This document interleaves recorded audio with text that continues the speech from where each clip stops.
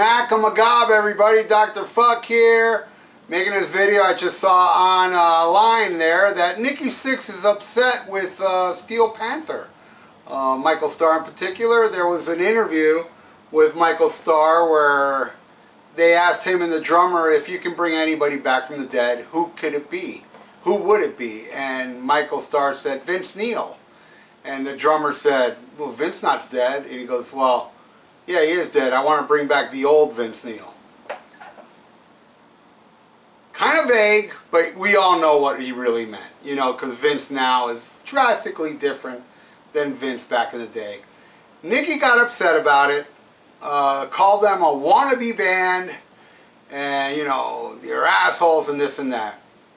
Okay, well, when I read that, the first thing I thought was that '94 interview where Vince was out of the band and MTV was interviewing him. It's an infamous interview where NIKKI SIXX walked out because they asked, MTV asked them about the old videos with fire and hairspray and girls, and he got pissed off about it. And oddly enough, they were showing clips of fire, hairspray, and girls in past videos.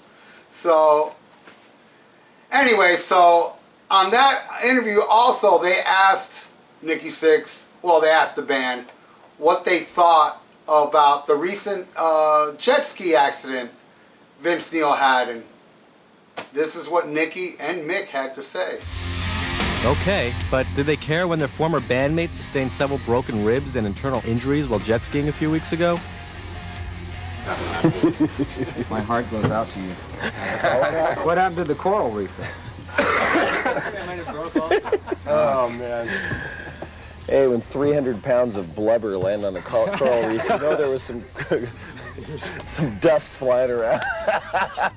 You're invited, but I weigh a ton. Oh, okay, here we go, great. Now you know that's going to be run.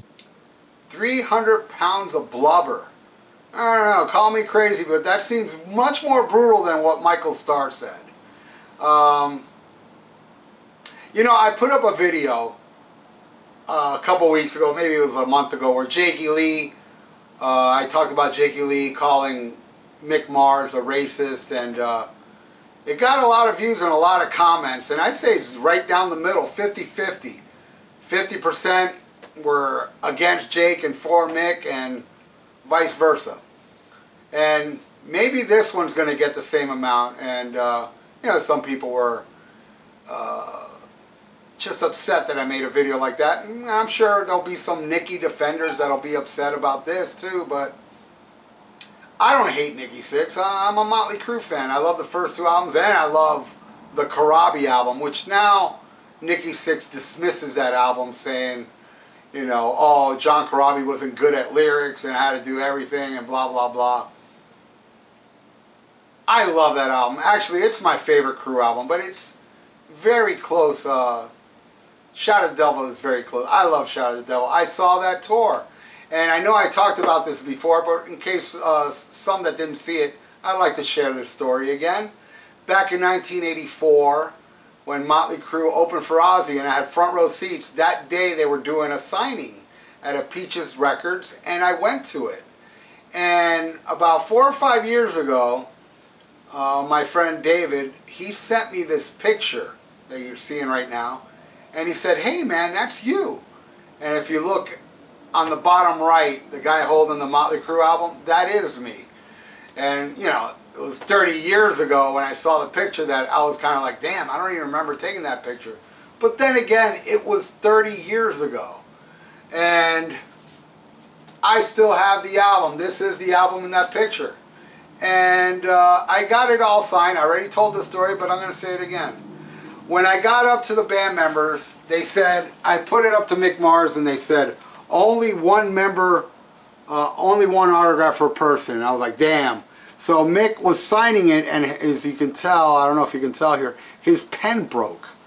So while he asked for another pen, I slid it to NIKKI SIXX, and NIKKI SIXX signed it, and then they kicked me out. I mean, they said, all right, you can go now. But like many years later, Vince Neil was at an opening at a strip club. I caught wind of it. I went to it. So then Vince signed it. And then years after that, Tommy Lee did a signing not a signing, a show, a solo show with his here at Billboard Live in Miami Beach. And if you bought a CD, you got to meet him.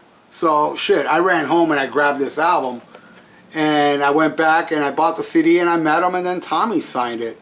And I told Tommy the story how it took decades to get all 4 members, and he was really nice. He was like, "You aced it, dude." And then I took a picture with him, which is cool because Tommy Lee doesn't take pictures with anybody anymore. He doesn't want to do that anymore. He's not part of when Motley Crue was doing the VIPs on the last tours. But I'm not a NIKKI SIXX hater, you know. I'm not a... Look, most bands I like have assholes and hypocrites in them. And I don't hold it against them when I listen to music, because to me it's all about the music. You know, and Steel Panther too. I like Steel Panther. I gotta say, you know, the only complaint I have about Steel Panther, maybe it was an off night, maybe not, but I didn't think they translated well when I saw them open for Judas Priest in a big arena type setting, where I've seen them 2 or 3 times at the Culture Room, which is a club, and they're so much fun. It's hilarious. It's a lot of fun. It's just a fun show. What they do is their old gimmick thing. I don't mind it. I know a lot of people have problems with Steel Panther because of their gimmick and how, you know, comedy. A lot of people don't like comedy in their music. I don't mind comedy in music. I like funny music and non-funny music. You know, to me, it doesn't matter. So I just thought they're much better in a club setting, except just for the experience I saw. But that's it. It would be cool if NIKKI SIXX was watching you. Yeah, man, I don't hate you, but you're a hypocrite. You know, 300 pounds of blubber, really. And I'm not one, you know, I'm not into that fat shaming shit.